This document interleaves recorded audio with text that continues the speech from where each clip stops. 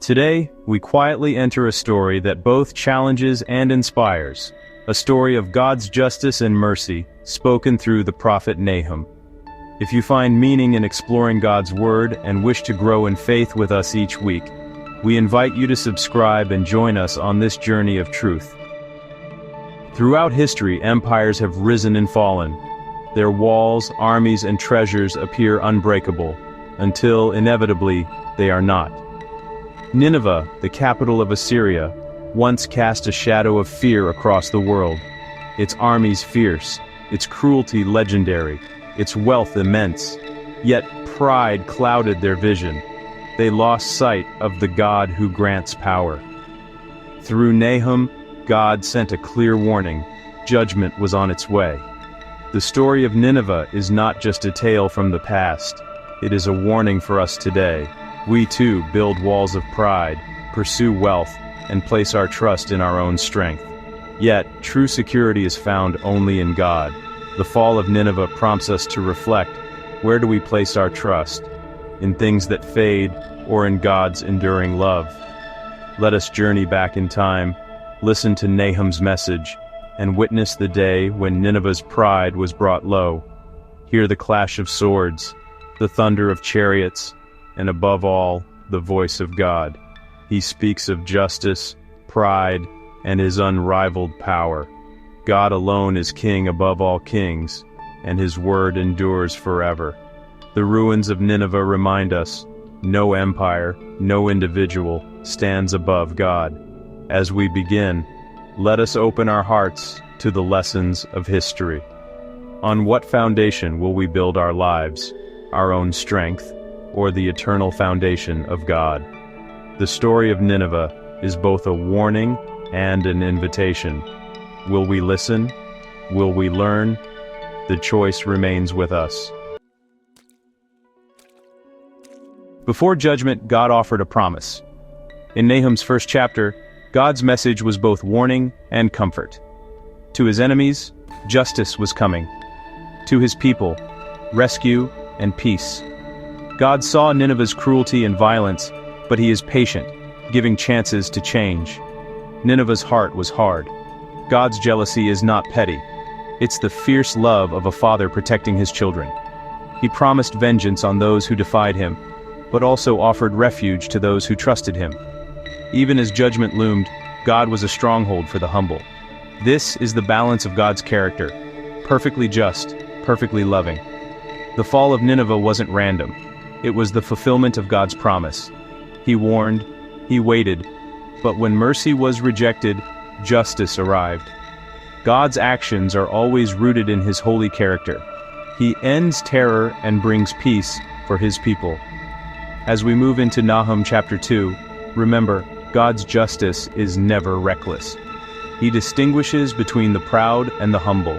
His promises are sure, both for judgment and for rescue. The story of Nineveh is sobering, but it's also filled with hope for those who trust in God. God's patience is great, but his justice is certain. Where will we stand when the storm comes? In our pride or in his refuge?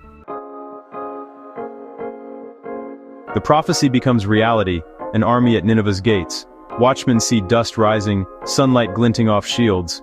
The Babylonians and Medes have come. The city that once conquered now faces its own destruction.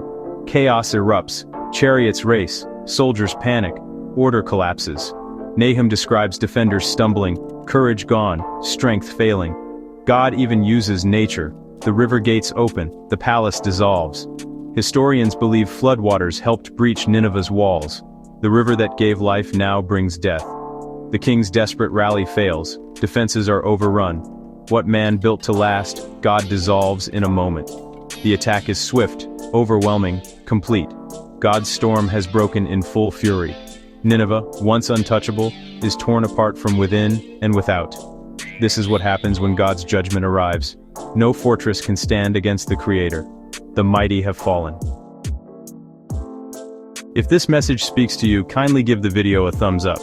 It helps us share God's word with more hearts. Why did Nineveh's defenses crumble?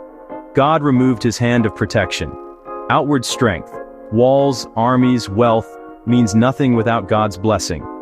Nineveh trusted its own power, worshipped its own strength, and pushed God aside. So God gave them what they wanted: life without Him. When God steps back, chaos takes over. Brave soldiers become cowards, wise leaders are confused, plans unravel. Human effort alone is fragile. Without God, even the strongest fall. Nineveh's world collapsed because it rejected the source of all order. This is a warning for us. Building our lives without God is building on sand. Sometimes, God lets us feel the emptiness of self-reliance to draw us back to Him. His removal of protection isn't cruelty, it's a loving wake-up call.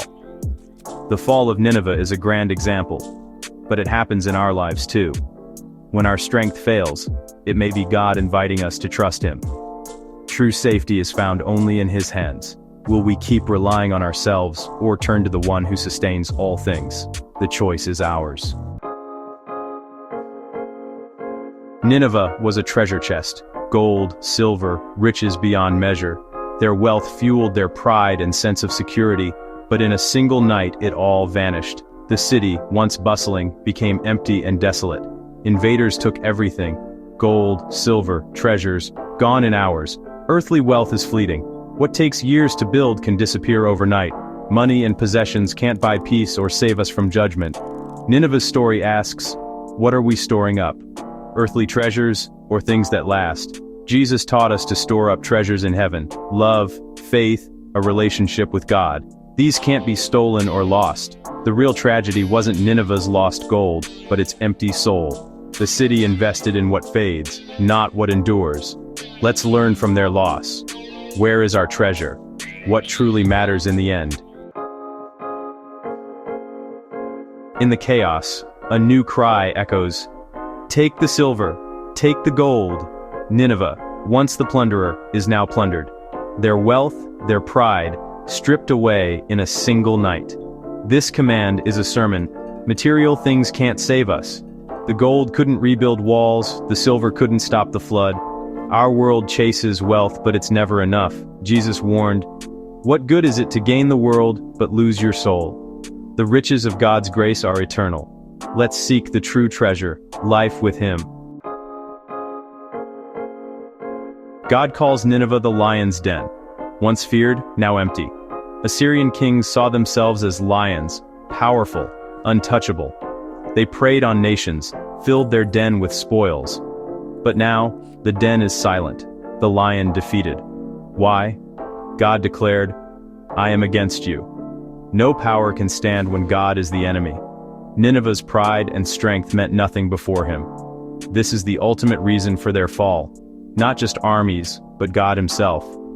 When we oppose God, we lose everything. He longs to be for us, not against us.